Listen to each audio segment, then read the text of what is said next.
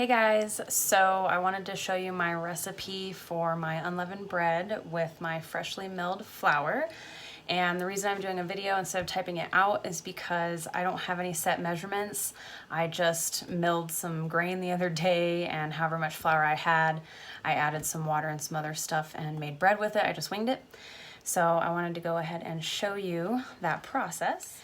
All right, so I have my freshly milled flour, and this is probably around 2 cups. And the first thing I'm gonna do is add my salt. This is about 1.5 teaspoons of salt.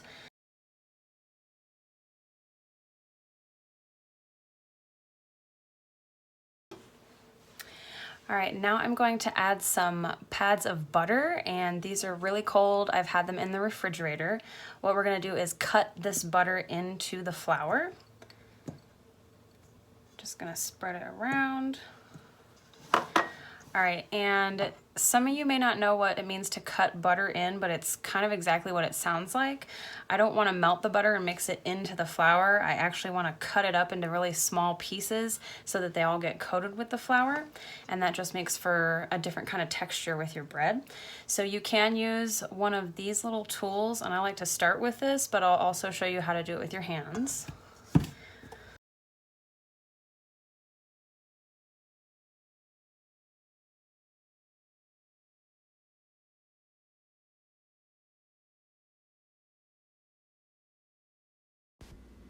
Okay, once I have those cut down, I'm just gonna finish these with my hands, and to do that, I'm just gonna be grabbing each of my little pads of butter and just kind of squeezing them flat between my fingers like this.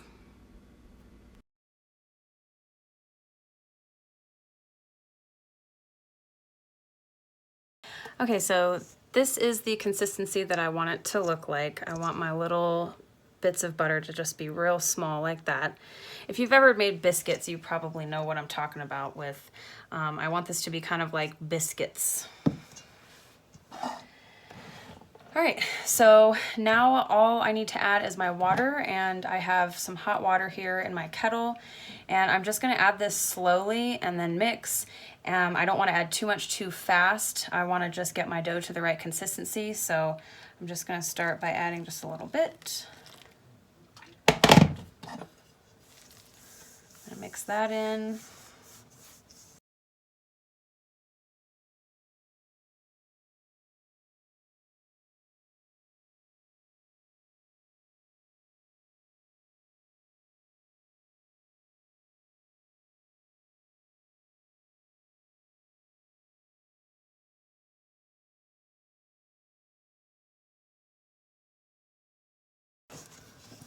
Okay, so once my dough is starting to gather together like this and it's starting to pull the loose flour off the side of my bowl, that's pretty much when it's ready to be kneaded.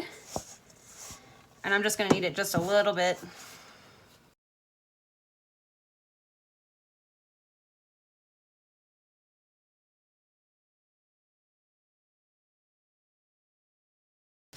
And I did have some extra flour set aside just in case I added a little too much water to this.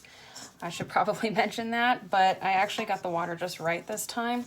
So I don't need any extra flour to dry it out because it's not sticky, but it's still nice and soft and smooth.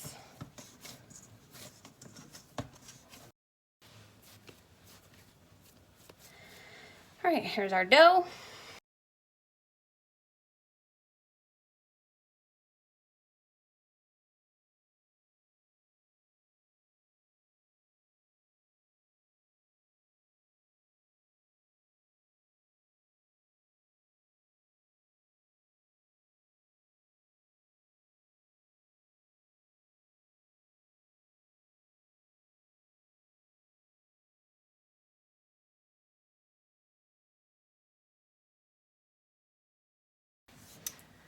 All right, now you can roll these out with rolling pins, but after doing that for a few years, I got burnt out on it and finally got myself a tortilla press this year.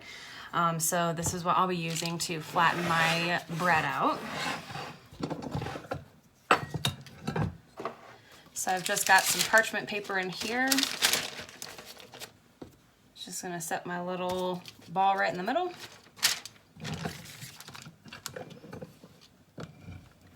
And then you just kind of let the tortilla press, let the weight do the work. Don't press too hard, too fast.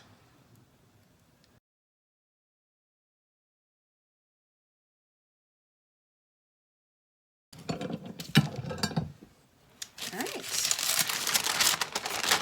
And there is our flatbread.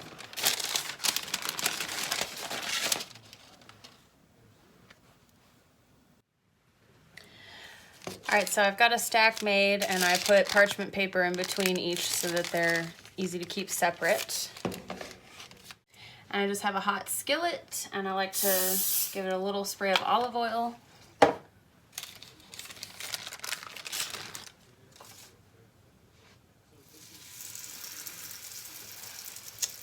And I'm just gonna fry this like 1 to 2 minutes on each side.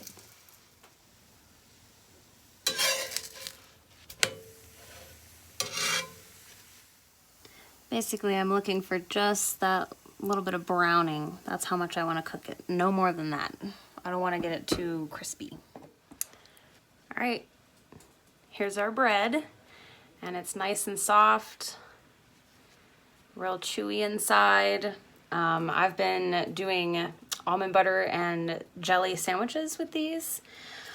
Sean has been eating them with some herb butter that I make. I've got some cilantro that I grow and been cutting up cilantro and a little bit of garlic powder and mixing that into the butter, and he's been really loving that on his unleavened bread. So yeah, try it out and tell me what you think. I think cutting in the butter makes all the difference in the flavor and the texture, and of course the fresh milled grains. So hopefully you guys enjoy as much as we are. Happy unleavened bread.